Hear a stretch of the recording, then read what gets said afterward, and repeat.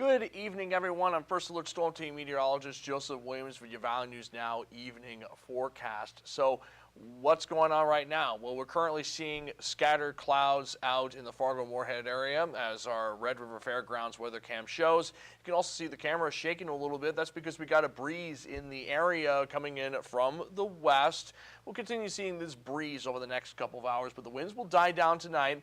And then I want to first alert you to another round of breezy conditions and mild temperatures for Monday before I talk about precipitation chances towards the end of the work week. Again, thanks for joining us. First Alert Storm Team meteorologist Joseph Williams with your Valley News Now evening forecast. And yeah, we've seen a bit of an active afternoon in some parts of our region with those strong winds pushing through, leading to breezy conditions and making those temperatures feel cooler than they actually are. And well, all that is in relation to this complex low pressure system right here. You got this low pressure system centered in Canada, and its cold front is draped in the northern plains, and the cold front, it's brought some of those winds into our region in the process. The low pressure system itself is pretty strong. It has what's called a pressure gradient attached to it, where basically pressure differences between one place versus another location meant the winds tried to rush towards the center of the low pressure system, and that's been a theme throughout much of today, especially as that cold front ended up pushing through. That's why we've seen those strong wind gusts this afternoon. So let's get right to it and go over the implications of seeing that. So I'm going to, there we go, I got the graphic up. All right, here's the result of seeing those here's the result of seeing that low pressure system push through our region. We've seen wind gusts above 35 miles per hour across much of our region. In fact, we saw a peak gust up to 51 miles per hour in Grafton, 46 miles per hour in Devils Lake, 45 miles per hour in Camerton, and 28 miles per hour in Detroit Lakes. So many of us saw these strong winds during the afternoon hours, but notice that most of the strong winds, most of those higher wind gusts were in northeast North Dakota and northwest Minnesota. That's because those locations were closer to the center of the low, and so they had to deal with that stronger pressure gradient and therefore more of that air trying to rush in towards the center of the low and those strong winds in the process. And we're still holding on to some of those wind gusts. Look at this. I got a wind gust up to 36 miles per hour in Jamestown, 38 miles per hour in Devils Lake, 32 miles per hour in Grand Forks. So much of our region is still dealing with wind gusts in the 30 to 35 mile per hour range. And notice those winds are coming in from the west and northwest. That'll make this evening's temperatures feel slightly cooler if you're heading out.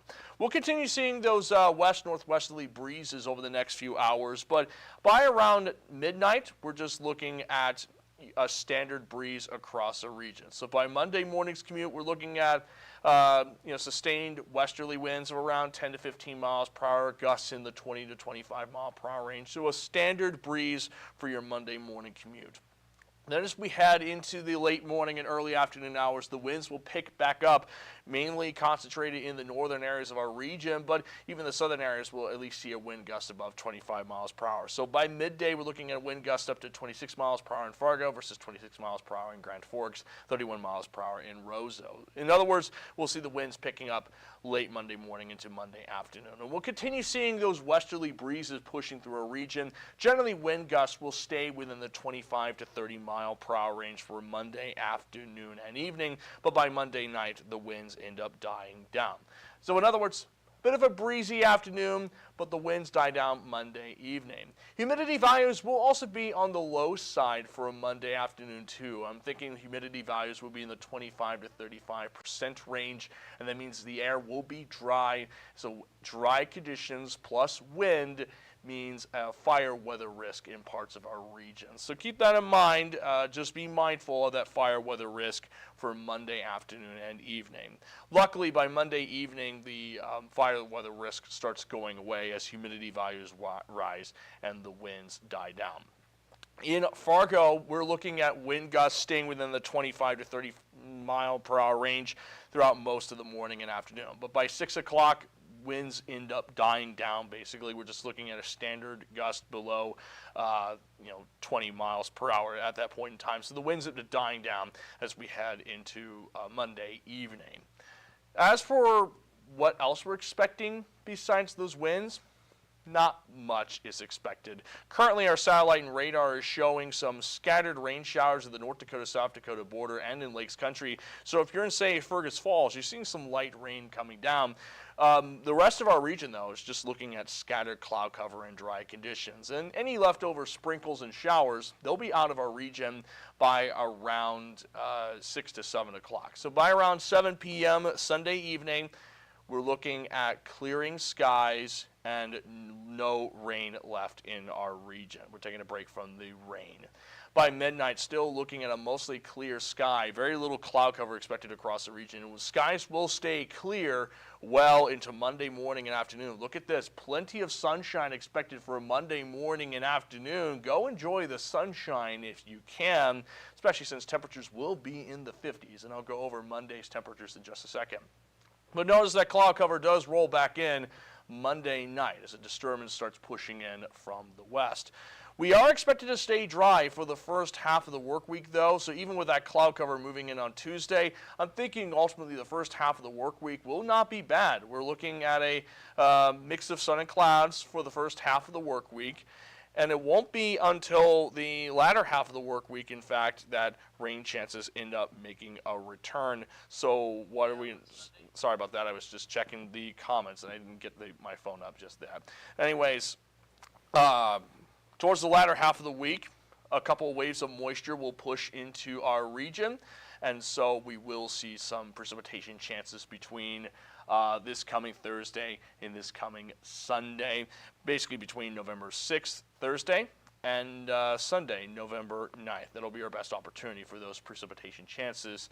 However, models vary on exactly where the precipitation will push through and the impacts of that precipitation. And here's what I mean on our first alert forecast here. We end up seeing a few rain showers in the northern areas of our region for Thursday afternoon.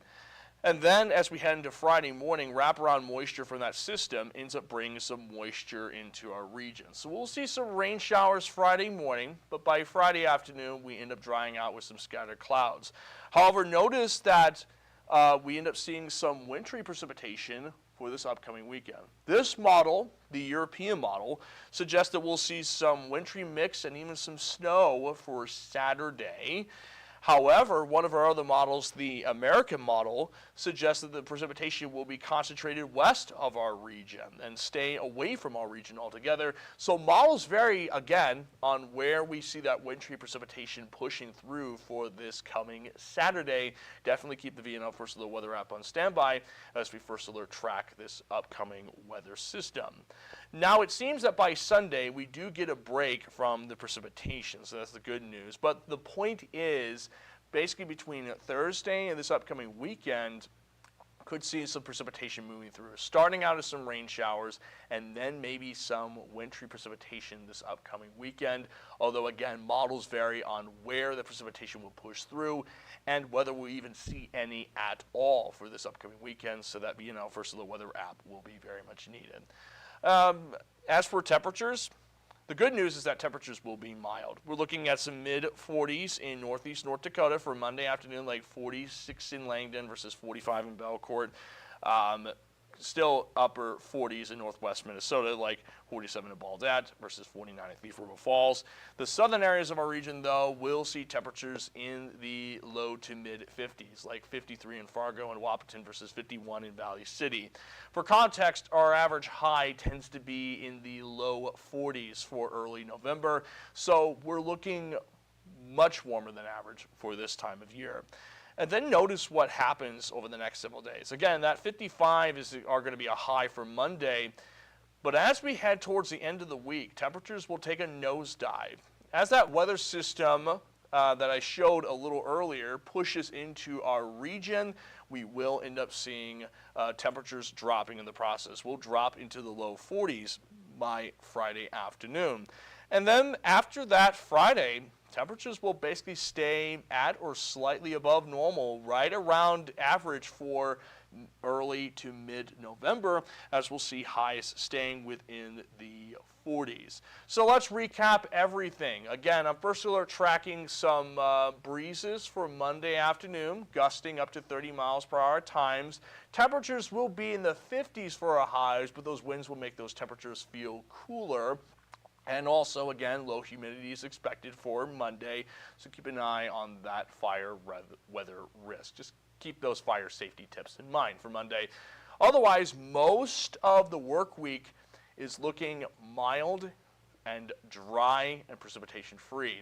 However, between Thursday evening and Friday morning, we'll see some rain showers pushing into our region, and then models vary on when we could the upcoming weekend, particularly whether we may see some wintry precipitation or whether our region will stay dry. Models are still trying to figure out on what this upcoming weekend will be like, but the point is that VNL First Alert Weather app will be handy as we get closer to the weekend because, again, chance of seeing some snowflakes for the upcoming weekend.